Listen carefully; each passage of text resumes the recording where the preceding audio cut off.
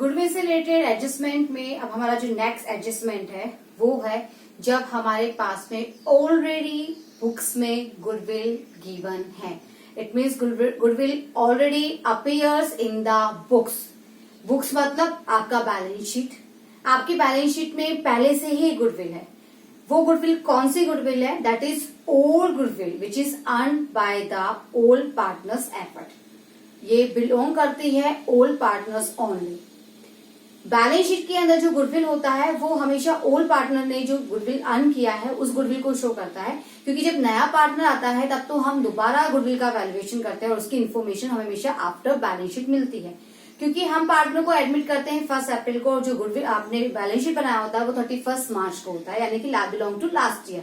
Current year में आप नए पार्टनर को लेकर आ रहे हो और करंट में दोबारा से आप गुडविल का वैल्यूएशन कर रहे हो, तो अब जो गुडविल आएगी that will be new goodwill. लेकिन जो गुडविल ऑलरेडी आपकी बुक्स में है that is your old goodwill, और ये हमेशा ओल्ड पार्टनर में ही डिस्ट्रीब्यूट की जाती है। क्लियर है? अब ओल्ड पार्टनर में हम इसे डिस्ट्रीब्यूट करेंगे तो किस तरीके से डिस्ट्रीब्यूट करेंगे? सैक्रिफाइसिंग रेशियो में या गेनिंग रेशियो में? No sacrificing ratio, no gaining ratio. ध्यान दीजिएगा, सैक्रिफाइसिंग रेशियो और गेनिंग रेशियो की बात तब आती है जब हम नए पार्टनर को फर्म में लेकर आते हैं। लेकिन ये जो गुडविल है ये नए पार्टनर के एंटर होने से पहले की गुडविल है, जो ओल्ड पार्टनर ने उसी तरीके से अर्न किया होगा, जिस तरीके से उसी तरीके से डिस्ट्रीब्यूट क्या करेंगे उसको, वो जिस तरीके से वो अब तक प्रॉफिट को डिस्ट्रीब्यूट करते आ रहे थे, यानी कि अपने ओल्ड प्रॉफिट शेयरिंग रेशियो में। क्योंकि ये उन्हीं के एफर्ट का रिजल्ट है, उन्होंने ही उस मेहनत करके इस गुडविल को क्रिएट किया हुआ है, तो ये गुडविल इन्हीं के अंदर उसी रेशियो में डिस्ट्रीब्यूट की जाएगी जिस रेशियो में क्रिएट हुई थी, यानी कि ओल्ड रेशियो में। तो ध्यान रखिएगा, बैलेंस शीट के अंदर जो भी गिवन है वो ओल्ड पार्टनर्स में उनके ओल्ड रेशियो में ही डिस्ट्रीब्यूट किया जाता है।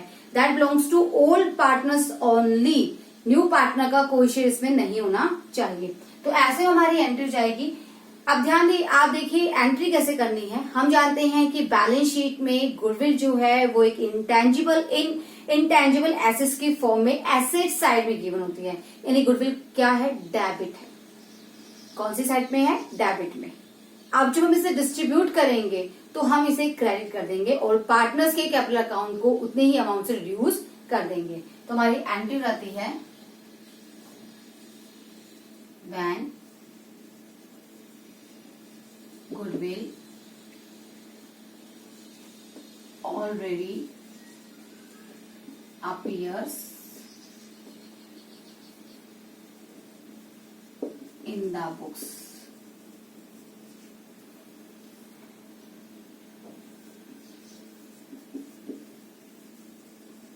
All partners capital account debit to goodwill. Okay, all partners capital account debit to goodwill.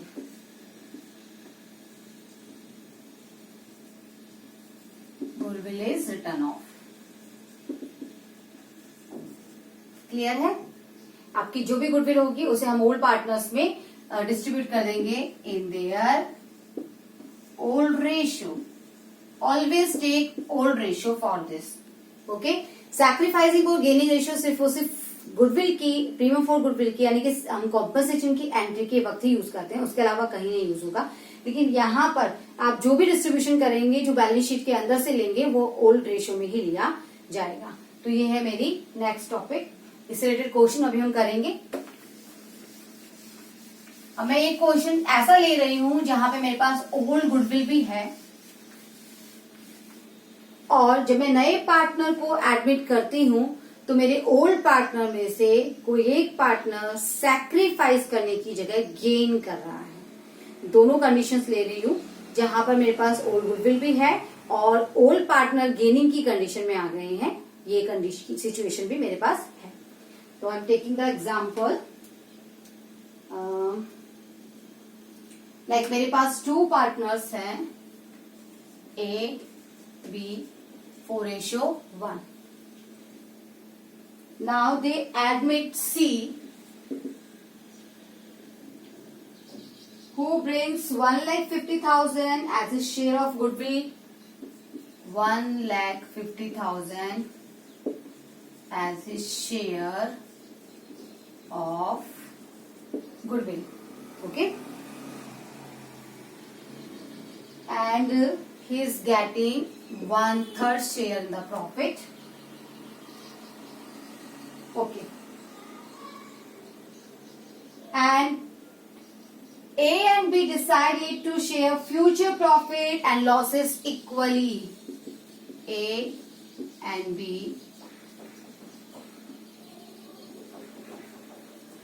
decided to share profit and losses equally. तो पहली चीज मुझे न्यू रेशो पता है बिटवीन ए और बी, वो है 1:1. क्लियर है? लेकिन ये सिर्फ ए और बी के बीच में है. सी को अगर हम ले आएंगे तो ये न्यू रेशो क्या होगा वो हम अभी सॉल्व करते हैं. फिलहाल जान लीजिएगा कि ए और बी ने अपना फ्यूचर प्रॉफिट शेयरिंग रेशियो यानी new profit sharing ratio decide कर लिया है. और जब न्यू प्रॉफिट शेयरिंग डिसाइड कर लिया है तो सी को एडमिट करने के बाद अब जो भी डिस्ट्रीब्यूशन होगा वो हमेशा उनके नए रेशियो में ही होगा. New, I am talking about the new situations, old situations की बात नहीं कर रही हूँ. बैलेंस शीट में जो गुडविल आपको गिवन होता है वो ओल्ड गुडविल है. तो मैं यहां पर आपको दे रही हूं goodwill already appears in books rupees 20,000. तो यहां पर मेरे पास एक सिचुएशन है कि मेरे पास ऑलरेडी गुडविल है बुक्स में. दूसरी सिचुएशन ये है कि सी जब आया है बिजनेस में तो वो अपने साथ अपनी गुडविल का शेयर लेकर आया है और जो गुडविल का शेयर वो लेकर आया है वो 1,50,000 है. तो डेफिनेटली फर्म की गुडविल जो है वो रीवैल्यूड हुई है. और आप पता भी कर सकते हैं अगर आप इसके शेयर को इस गुडविल के शेयर को उसके प्रॉफिट शेयरिंग रेशियो के रेसिप्रोकल से मल्टीप्लाई कर दे तो आपके सामने फर्म की गुडविल निकल के आ जाएगी. ये 1,50,000 सी का शेयर है जो 1/3 पार्ट के लिए लाया था. इसका मतलब टोटल पार्ट कितना हो गया 4,50,000. ये फर्म की गुडविल है. लेकिन पहले से फर्म की गुडविल कितने की है 20,000. ये ओल्ड पार्टनर्स में ओल्ड रेशियो में डिस्ट्रीब्यूट की जाएगी. ये न्यू गुडविल है जिसका हम न्यू रेशियो के अकॉर्डिंग एडजस्टमेंट करते हैं. फिलहाल हमें इस पे काम नहीं कर रहा है. इससे रिलेटेड नेक्स्ट सिचुएशन हम करेंगे अभी. ओके, अभी मुझे पता करना होगा पहले कि जो ए और बी है 1:1 जो उनका शेयर हो गया है वो इसके थ्रू अपना सैक्रिफाइसिंग रेशियो कैलकुलेट कर ले. अब जरूरी नहीं है वो सैक्रिफाइस करें, वो गेन भी कर सकते हैं. पहले मैं इस सिचुएशन को खत्म कर देती हूँ. मेरी गुडविल जो है ओल्ड गुडविल है वो ओल्ड पार्टनर में डिस्ट्रीब्यूट होगी. तो मैं एंट्री कर दूंगी ए कैपिटल अकाउंट डेबिट या फिर करंट, 20 कैपिटल और करंट डेबिट टू गुडविल. अभी गुडविल है 20,000 की. ये होगी old ratio. Remember always old ratio that is 4:1. Okay, तो 16,000 हम इसको दे देंगे, 4,000 हम इसको दे देंगे. ये तो हो गया मेरा ओल्ड गुडविल का एडजस्टमेंट खत्म. बस इसकी एक ही एंट्री पास करनी है. अब बात करते हैं नया पार्टनर अपने साथ में. कैपिटल की मुझे कोई इन्फॉर्मेशन नहीं है. मेरे पास सिर्फ अभी प्रीमियम फॉर गुडविल की इन्फॉर्मेशन है. Cash account debit to premium for goodwill कितनी लेकर आया है 1,50,000. अब जब इस प्रीमियम फॉर गुडविल को मैं डिस्ट्रीब्यूट करने जाऊंगी ए में और बी, मुझे नीड होगी सैक्रिफाइस रेशियो की. ठीक है, तो मुझे सैक्रिफाइसिंग रेशियो कैलकुलेट करना होगा. ए का जो ओल्ड रेशियो है वो है 4/5, बी का है 1/5. अब न्यू रेशियो है 1/2. ट्रू? नो, 1:1 इन दोनों के बीच का है. लेकिन डिनोमिनेटर जो है वो तब तक डिसाइड होता है जब तक आप सी को यहां पर नहीं ले आते हैं. तो पहले हमें new profit sharing ratio among A B and C तीनों का कैलकुलेट करना होगा. यहाँ जो रेशियो गिवन है वो सिर्फ ए और बी का है, सी कहाँ है इसमें. तो पहले हमें सी को इंक्लूड करते हुए अपना new profit sharing ratio calculate करना होगा. तो मैं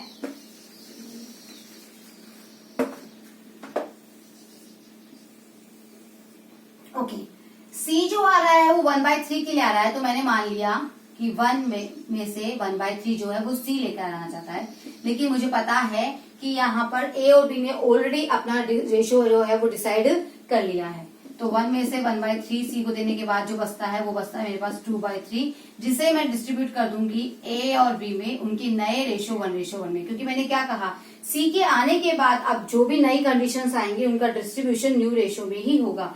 तो 1:1 में हम कर देंगे। ए का शेयर जो आएगा वो आएगा 2/3 का 1/2, 2/6।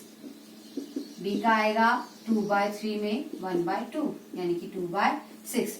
अब सी को भी ले आइए साथ में 1/3 और यू कैन से 2/6। आपका जो रेशो होता है वो 2:2 और यू कैन से 1:1।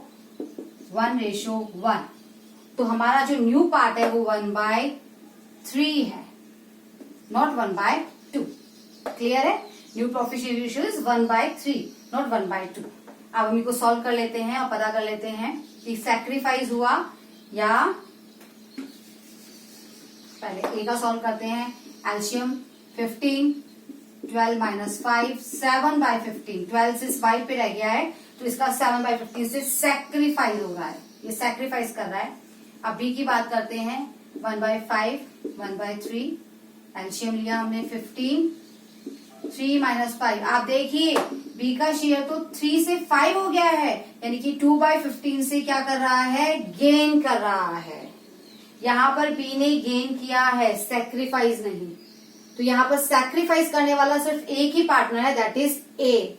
तो ए कॉम्पनसेशन लेगा ना सिर्फ सी से बल्कि अब वो बी से भी कॉम्पनसेशन लेगा, क्योंकि हर गेनिंग पार्टनर को सैक्रिफाइसिंग पार्टनर को कमीशन अपना कॉम्पनसेशन देना ही पड़ता है। तो यहाँ पर मेरी एंट्री में थोड़ा सा चेंज हो गया, बी यहाँ नहीं आ सकता, कॉम्पनसेशन लेगा सिर्फ ए टू एज कैपिटल, बल्कि बी को तो सी के साथ साथ कॉम्पनसेशन देना पड़ेगा। तो बी कैपिटल, बी जो ओल्ड पार्टनर है हम उसकी कैपिटल से रिड्यूस करेंगे। तो मेरी एंट्री हो गई प्रीमियम फॉर गुडविल, ये सी का शेयर है, बी इज कैपिटल ये बी का होगा टू ए इज कैपिटल। सी का मुझे क्लियर पता है कि पूरा का पूरा 1,50,000 जो है ए को देना है। अब बात करनी है कि बी कितना कॉम्पनसेशन देगा। तो ध्यान दे लीजिएगा, बी उतना ही कॉम्पनसेशन देगा जितने पार्ट से उसने गेन किया है। उसका जो गेनिंग पार्ट है वो 2/15 है। कितना है? 2/15। तो हमें 2/15 निकालना है, किसका? ऑफ फर्म की गुडविल का। फर्म की गुडविल जो कितनी है हमें गिवन नहीं थी, तो मैं बता देती हूँ। मैंने आपको पहले बताया था, सी का अगर शेयर आपको पता है गुडविल का तो सी का पार्ट भी आपको पता है। इस पार्ट शेयर को आप उसके रेसिप्रोकल से जैसे मल्टीप्लाई करेंगे, ये आ गया 4,50,000। ये आपकी फर्म की गुडविल है। किसकी है? फर्म की गुडविल। रिमेम्बर,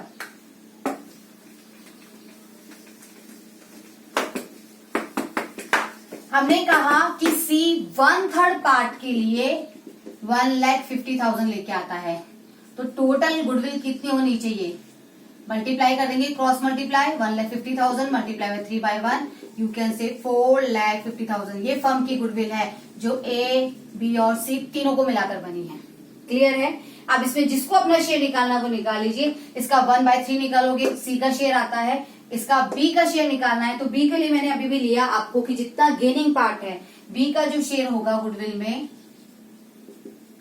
फॉर कंपनसेशन वो होगा 4,50,000 का 2/15।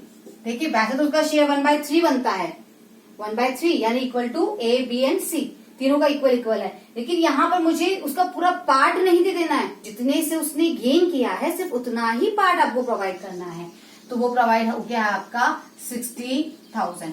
तो ये 60,000 बी ए को देगा, तो टोटल ए को मिल रहा है 2,10,000। ये थी मेरी नेक्स्ट कंडीशन, जहां पर जैसे ही new profit sharing ratio calculate हुआ पता चलता है कि ओल्ड पार्टनर सैक्रिफाइस करने की जगह गेन कर रहा है, ऐसे में वो भी अब क्या करेगा, सैक्रिफाइसिंग पार्टनर को कॉम्पनसेशन प्रोवाइड करेगा, लेकिन वो उतना ही होगा जितने पार्ट से उसने गेन किया है। हम जितने पार्ट से गेन करते हैं या जितने पार्ट से सैक्रिफाइस करते हैं, हमें उतना ही पार्ट प्रोवाइड किया जाता है या उतना ही पार्ट हमें किसी और को देना है। उससे ज्यादा नहीं हो सकता, उससे कम नहीं होगा। क्लियर है? तो ये रहा मेरा नेक्स्ट। अब मैं लास्ट टॉपिक ले रही हूँ अपनी गुडविल एडजस्टमेंट का, जिसका नाम है हिडन गुडविल। अब तक के जितने भी क्वेश्चन थे आपको उसमें गुडविल गिवन था, या तो गिवन था या फिर कोई हिंट था जिसके थ्रू, इसकी हेल्प से मैंने फर्म की गुडविल या न्यू पार्टनर की गुडविल का शेयर कैलकुलेट कर लिया। लेकिन अब जो क्वेश्चन है उसका है नाम है हिडन गुडविल, यानी कि गुडविल आपको क्लियर गिवन नहीं है, आपको खुद पता करनी है।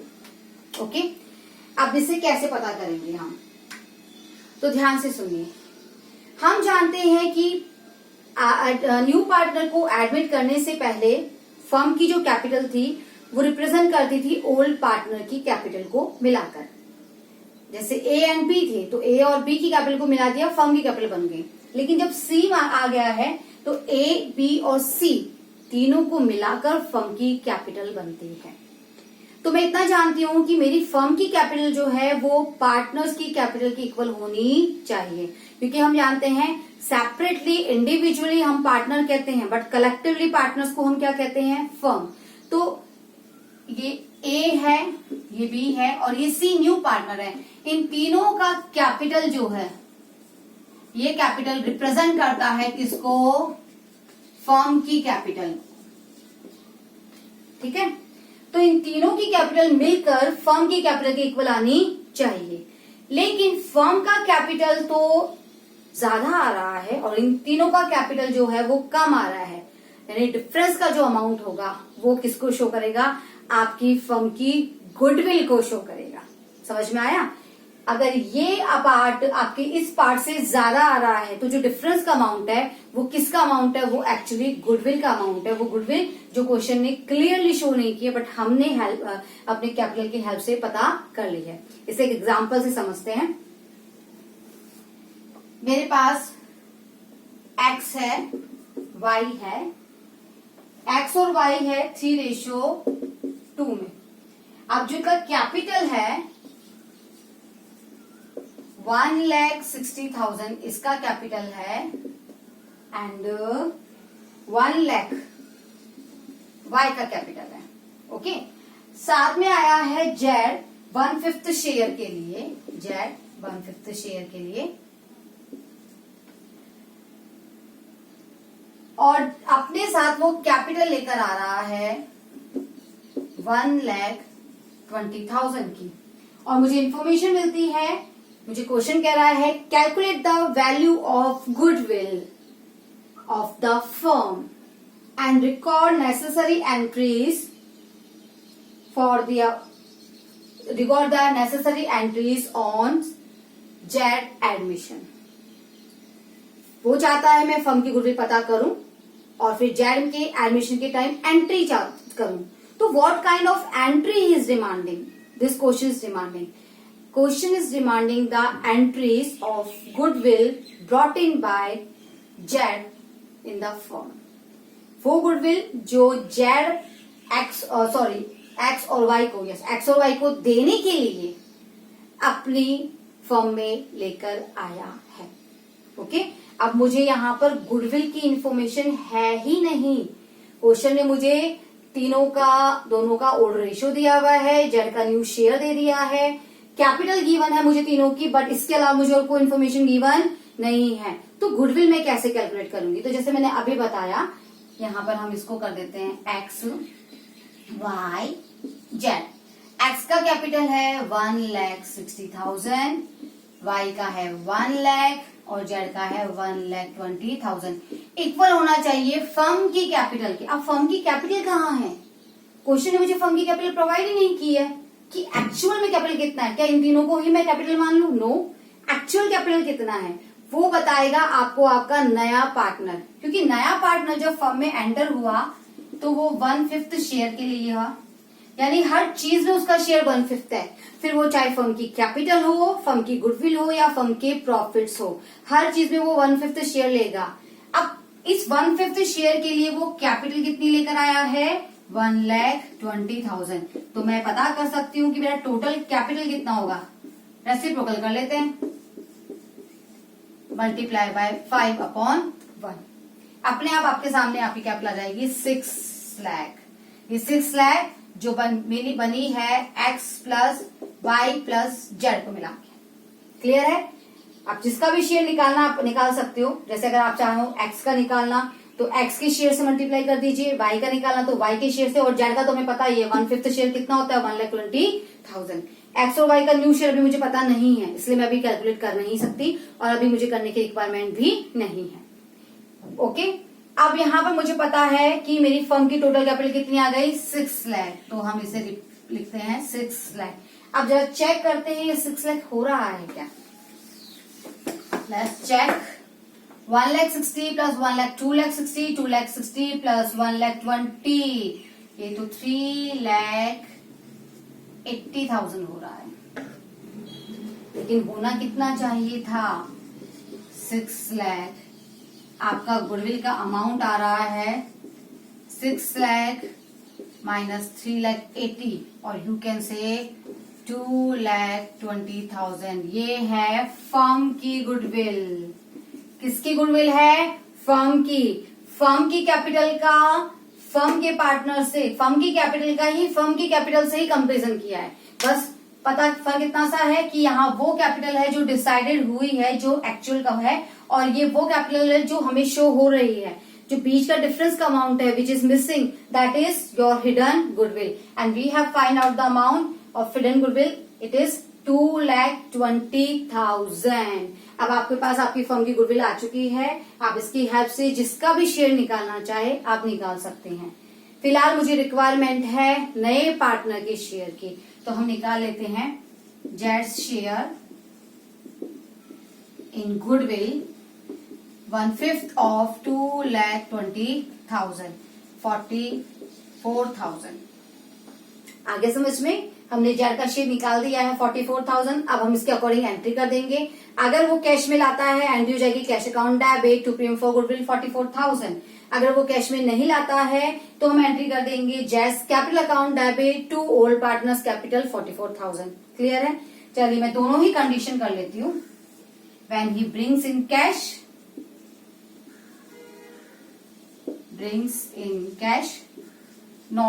does not bring in cash। Okay, अगर ले आता है एंट्री हो जाएगी cash account debit to premium for goodwill 44,000 से। यहां ये एंट्री हो नहीं सकती क्योंकि कैश में लाया नहीं है। अब इस प्रीमियम फॉर गुडविल को मैं डिस्ट्रीब्यूट कर दूंगी ओल्ड पार्टनर जो है एक्स और वाई में, उनके कैपिटल या करंट अकाउंट में, उनके सैक्रिफाइसिंग रेशियो में। तो 44,000 सैक्रिफाइसिंग रेशियो क्या है, मुझे कोई इन्फॉर्मेशन गिवन नहीं है कि 1/5 शेयर कैसे दिया गया। तो ये 3:2 ही आपका सैक्रिफाइसिंग रेशियो है। ये सैक्रिफाइसिंग रेशियो, ध्यान दीजिएगा, ओल्ड रेशियो नहीं ले रही हूं मैं, सैक्रिफाइसिंग रेशियो है। ओके, अब इस रेशियो में मैं इसे डिस्ट्रीब्यूट कर लूंगी, मेरा इनका शेयर आ जाएगा। यहाँ पर मुझे सीधे ही कॉम्पनसेशन की एंट्री करनी है और वो मैं करूंगी जेड्स कैपिटल अकाउंट डेबिट, या फिर आप करंट भी कर सकते हो, to X capital to Y capital 44,000, जिसे वो डिस्ट्रीब्यूट करेंगे अपने सैक्रिफाइसिंग रेशियो 3:2 में। क्लियर है? तो ये रहा आपका गुडविल का एडजस्टमेंट, जहां पे हमने डिफरेंट सिचुएशन की। एक बार मैं फिर से सारी सिचुएशन को रिमाइंड कर देती हूँ। सबसे पहले हमने देखा कि जब goodwill new partner old partner को प्राइवेटली दे रहा है तो ऐसी गुडविल की कोई रिकॉर्डिंग नहीं की जाएगी। सेकंड सिचुएशन, जब वो गुडविल लेकर आ रहा है और कैश में लेकर आ रहा है, ऐसी गुडविल को हम प्रीमियम फॉर गुडविल कहते हैं। एंट्री होती है कैश अकाउंट डेबिट, अगर चेक की फॉर्म में ला रहा है बैंक अकाउंट डेबिट, अगर किसी थिंग की फॉर्म में ला रहा है तो kinds account like stock, debtors, plant and machinery, land, anything else to good premium for goodwill. This premium for goodwill will be distributed among or between old partners in their sacrificing ratio. Okay? sacrificing ratio. If old partner is also gaining at the time of admission of a new partner, then the entry will be premium for goodwill account debit. Old partners means gaining partners. Gaining old partners capital account debit to sacrificing old partner. Clear है? Next, जब new partner अपनी goodwill का share cash में लाने में able नहीं है तो हमने उसके कैपिटल अकाउंट या हम उसके करंट अकाउंट से एंट्री कर सकते हैं. एंट्री होगी new partners capital account debit to old partners capital account, और you can say new partners current account debit to old partners capital account. लेकिन अगर वो पार्शियली गुड कैश में ला रहा है और पार्शियल नहीं ला रहा है तो एंट्री होगी जितना पार्ट कैश में लाता है cash account debit to premium for goodwill. Like हमने 1 लाख डिसाइड किया है, 1 लाख में से 60 वो कैश में ला रहा है, 40 नहीं ला रहा है, तो 60 के लिए आपको एंट्री पास करनी है cash account debit to premium for goodwill 60,000. लेकिन जो कॉम्पनसेशन है वो 60 ऑनली नहीं है, वो टोटल 1 लाख ही है. तो हम 60 तो प्रीमियम फॉर गुडविल के रूप में रिसीव कर चुके हैं, बाकी 40 भी हम लेंगे पर अब हम उसके कैपिटल अकाउंट से लेंगे. तो एंट्री जाती है premium for goodwill account debit, new partners capital account debit, premium for goodwill 60,000, new partners 40,000. Total 1 lakh will be distributed between old partners to old partners capital account in their sacrificing ratio. Clear? Next condition, जब आपके पास में पहले से ही firm की books में goodwill available है, ये आपकी ओल्ड गुडविल होती है, इसे आप हमेशा ओल्ड पार्टनर में डिस्ट्रीब्यूट करेंगे. जब डिस्ट्रीब्यूट करोगे तो ये डेबिट से क्रेडिट हो जाएगी. एंट्री होगी old partners capital account debit to goodwill. ध्यान दीजिएगा, असेट्स है, असेट्स को आप टेकन ओवर करोगे तो आपकी कैपिटल रिड्यूस की जाएगी. इसलिए यहाँ पर एंट्री कभी भी गुडविल टू ओल्ड पार्टनर्स मत कीजिएगा. ओल्ड पार्टनर्स के कैपिटल अकाउंट को डेबिट करना है, यानी आपको उसे रिड्यूस करना है क्योंकि वो गुडविल को डिस्ट्रीब्यूट कर रहे हैं. समझ लीजिए 3 पार्टनर हैं ए, बी एंड सी, तीनों डिस्ट्रीब्यूशन करते हैं. अब सी डिसाइड करता है कि मैं फर्म का फर्नीचर ले लूं, तो जब फर्म का फर्नीचर लेगा तो उसकी वैल्यू से हम उसके कैपिटल अकाउंट को कम करेंगे कि नहीं करेंगे. ठीक यही बात गुडविल के लिए अप्लाई होता है. लास्ट सिचुएशन थी हमारी हिडन गुडविल की, जहां पर गुडविल है तो सही पर क्वेश्चन हमें प्रोवाइड नहीं कर रहा है, क्वेश्चन में शो नहीं कर रहा है क्लियरली. तो हमने अपनी फर्म की कैपिटल का कंपैरिजन अपने पार्टनर्स की कैपिटल के साथ में किया, including new partner. Okay, new capital को करना है आपको, फर्म की न्यू कैपिटल को हमने न्यू पार्टनर के कैपिटल के साथ में ओल्ड पार्टनर का इन्वॉल्व करते हुए जब हमने कंपेरिजन किया तो डिफरेंस की अमाउंट आपको गुडविल शो कर देगी. ये फर्म की गुडविल होगी, माइंड में रखिएगा, फर्म की, नए पार्टनर की गुडविल नहीं है. ये फर्म की गुडविल है. इसको नए पार्टनर के शेयर से जैसे ही मल्टीप्लाई करेंगे आपके पास नए पार्टनर का गुडविल, शेयर ऑफ गुडविल भी निकल के आ जाएगा. क्लियर है? तो ये थी मेरी गुडविल एडजस्टमेंट की क्लास. नेक्स्ट हम लेंगे अपने रिजर्व्स और एक्यूमुलेटेड प्रॉफिट्स के बारे में, कि हम न्यू पार्टनर के एडमिशन के टाइम पे अपने रिजर्व्स और एक्यूमुलेटेड प्रॉफिट्स का डिवीजन कैसे करते हैं, उसका एडजस्टमेंट कैसे करते हैं. और मैंने आपको प्रीवियस क्लासेस में जब हमने change in profit sharing ratio किया था उसमें मैंने आपको ये रिजर्व्स क्लियर किए थे. रिजर्व जो 2 टाइप के थे, general, simple general reserve yes, और स्पेसिफिक रिजर्व. जनरल रिजर्व जो जनरल पर्पस के लिए बनाया जाता है, और स्पेसिफिक जहां पे हमने 2 स्पेसिफिक जो स्पेसिफिक पर्पस को लेकर ही क्रिएट कराते हैं, जिसमें एक था वर्कमैन कॉम्पनसेशन रिजर्व और एक था इन्वेस्टमेंट फ्लक्चुएशन रिजर्व. इन तीनों के बारे में हम ऑलरेडी पढ़ चुके हैं और इन तीनों के एडजस्टमेंट भी हम सीख चुके हैं. जो हमने लास्ट चैप्टर में सीखा था ठीक वही एडजस्टमेंट यहाँ भी अप्लाई होने वाला है. नथिंग चेंज, बस फर्क एक ही चीज थी कि वहां पर क्वेश्चन आपको डिस्ट्रीब्यूशन के लिए मना कर देता था, लेकिन यहाँ पर आपको ऐसी सिचुएशन नहीं मिलेगी. आपको मोस्टली जो होगा डिस्ट्रीब्यूशन की ही सिचुएशन मिलेगी. और डिस्ट्रीब्यूशन की एक ही एंट्री है, general reserve account debit, accumulated profits account debit to. उसके बाद क्या करना है ये हम अपनी नेक्स्ट क्लास में पढ़ेंगे. Thank you so much.